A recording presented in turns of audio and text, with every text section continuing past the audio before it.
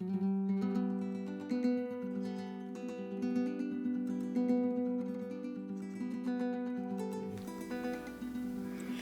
it's Ralph and Lonnie D'Amicus, authors of the Planetary Calendar.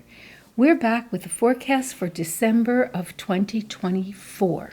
And remember, we're doing the weeklies now, so if you want a weekly reminder, you're going to need to press the subscribe button and hit the bell for reminders when you're watching us on YouTube at Planetary Calendar Astrology. So can you believe we're already doing December 22nd to the 31st? Now the week goes the 22nd to the 28th, but we're going to wind out the end of December and just touch a little bit on the first 3 days of the following week, and then we'll go over them again when we do January. Right. Maybe something will change. You never know. So on the 22nd, They'll need a reminder. On the 22nd, once again, it's the Ursa meteor shower. So go out and enjoy this. This is the Sun square moon, okay, which is heading towards the new moon. So it's the Third quarter. It's the final third quarter. You got Pluto and Mars making positive aspects to the moon. You got Neptune making a challenging one. The one you're going to feel will be the Mars. The Mars making an aspect to the moon. And that's Mars in Libra. Mars and Leo to the moon in Libra, so it's going to be after the moon changes sign at 11:07 a.m. The 23rd is one of those nice social days with a Libra moon, so there'll be a lot of chatting and planning, but maybe not a lot of work getting done or even shopping getting done. But Christmas Eve, I love a Christmas Eve with no drama, but that Jupiter square Saturn could be a little problematic. Ralph wrote about it in the forecast. Yeah, and then you have a void of course that goes well, I was going to get to that. And ever. So the sun, where are we up to? That's G. Christmas Eve is subject to a Jupiter square Saturn, so don't expect the day to be easy. It's also complicated by a day-long void of course in the Libra moon.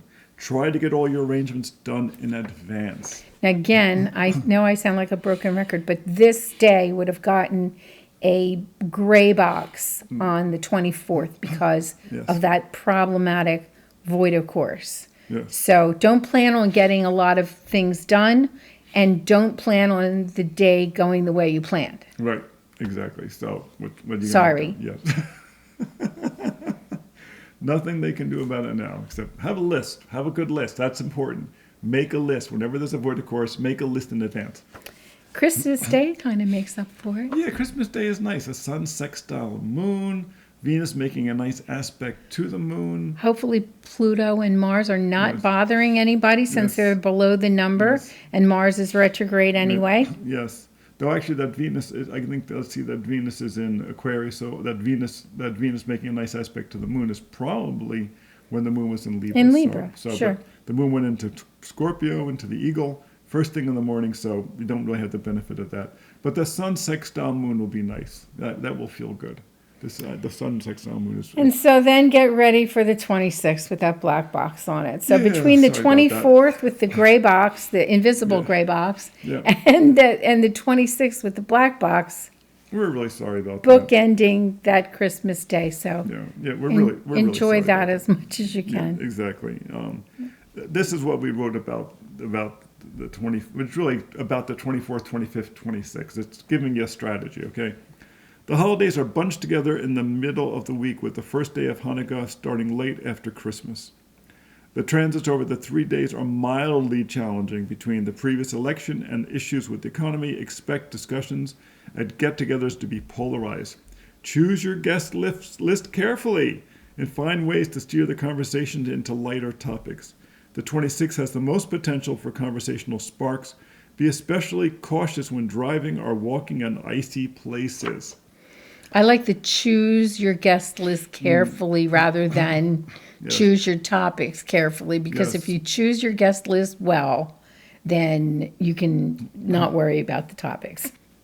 At this point, steer the topics, be strategic, be kind to each other. Are we not going to do the 28th? Enjoy the holidays. The 27th? We're going to get to the 28th. Okay.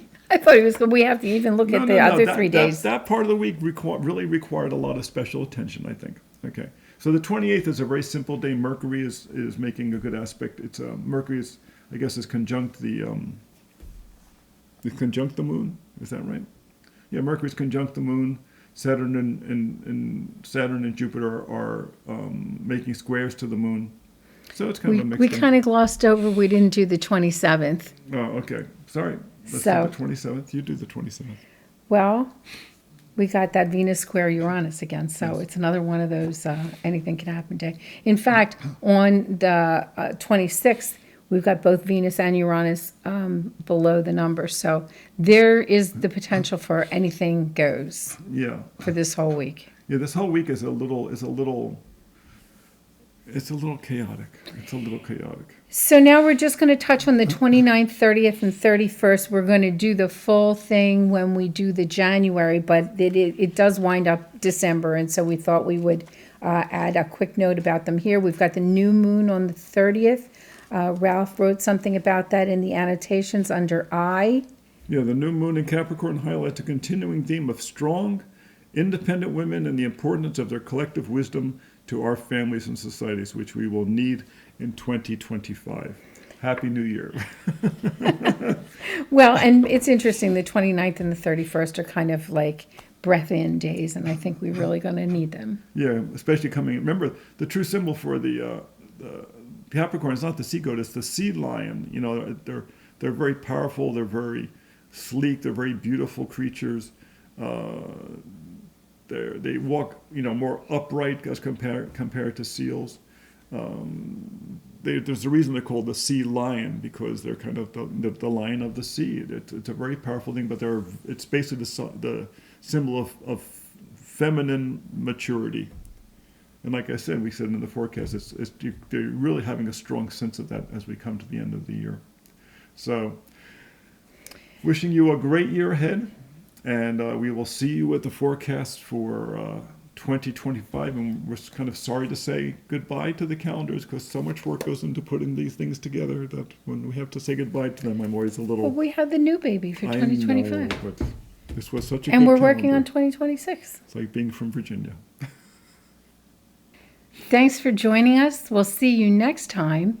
And in the meantime, if you need your 2025 calendars, you can go to planetarycalendar.com, where you can get 2 wall sizes, the pocket, the day planner, and the digital.